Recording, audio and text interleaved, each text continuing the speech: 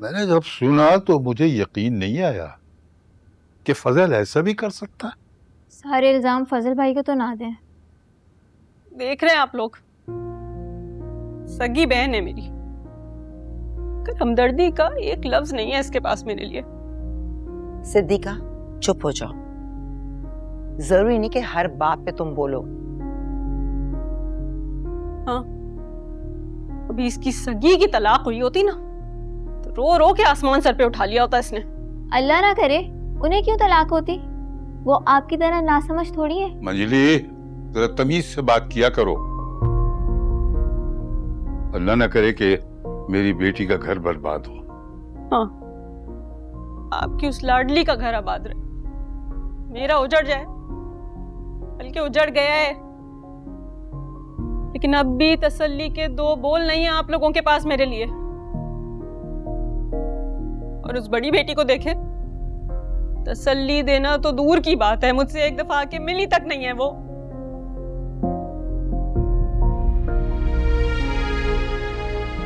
अंजलि, बहन मैं आना चाहती थी तुम्हारे पास, मगर बस हिम्मत नहीं हो रही थी तुम्हारा सामना करने की। तो नहीं आती, तुम्हारी वजह से ही मेरा घर बर्बाद हुआ है।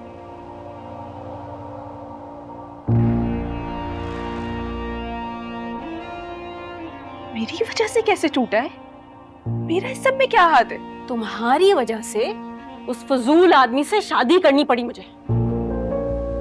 चुप हो जाओ मंजली, इतनी बड़ी बात हो गई है, तुम्हारी बकवास करने की आदत नहीं गई। अरे तो पूछिए इससे, जिस घर पे मेरा हक था उस पे कब्जा करके बैठी हुई है।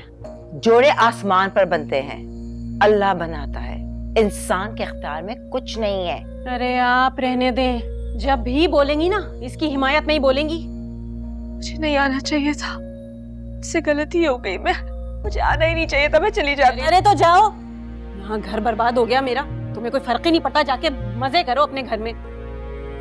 इसलिए तुम क्या चाहती हो? मैं तुम्हारे लिए क्या करूं? मैं कुछ नहीं चाहती, कुछ मत करो तुम।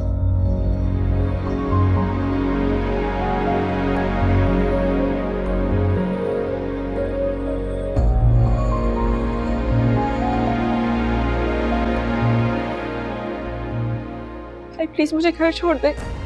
हरगिज नहीं, खाना खा के जाओ। अरे जाने दे इसे, इनके मियाँ इंतजार कर रहे होंगे, इनका तड़प रहे होंगे।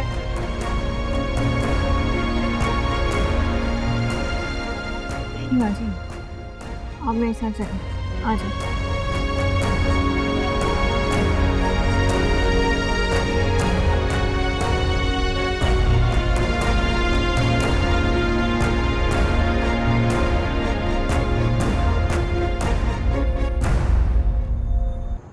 तुम उसकी बकवास का इतना सिर क्यों ले रही हो? उसने देखा ना भाई, उसने कैसे अपनी तलाक का सारा इल्जाम मुझ पे डाल दिया।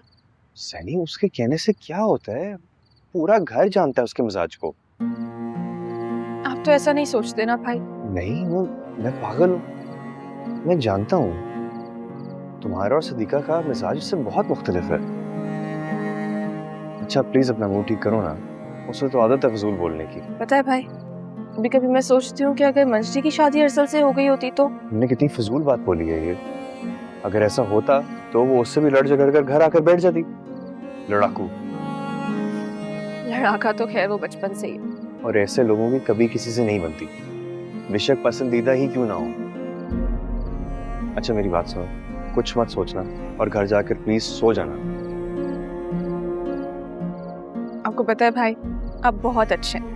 वो तो खैर मैं हूँ। चलें, घर छोड़ना तुम्हें? चले। आ जाओ।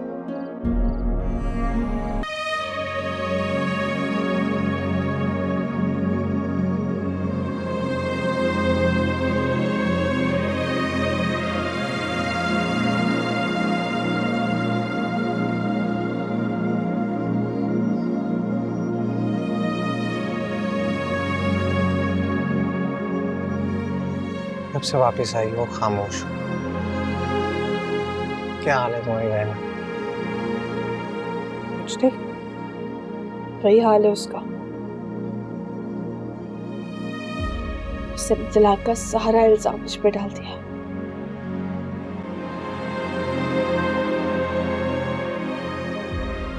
सैनी, उसको लगता है कि तुमने मुझे उससे छीना है। क्या ऐसा है अरसद? हरगिज नहीं सैनी, मुझे मंजली बिल्कुल पसंद नहीं। और जब मुझे पता चला कि बचपन में घर वालों ने मेरा और उसका रिश्ता तय कर दिया था तो मैंने पूरे घर में तमाशा लगा दिया। काश तुम ऐसा ना करते। क्यों ना करता सैनी, मुझे मंजली से चिढ़ है और ये बात मैं तुम्हें बता चुका हूँ। और वो फजल, क्या उसकी शादी किसी और से भी हुई होती ना तो थोड़े अरसे बाद तलाक दे ही देता, उसके मिजाज की वजह से। अब उसका क्या होगा अरसद? क्या होगा मतलब? जो होना है हो जाएगा। तुम क्यों टेंशन लेती हो उसकी? बहन है मेरी, फिक्र तो होगी ना मुझे। चलो उठो, अब सोते हैं, सुबह जाना है। चेहरा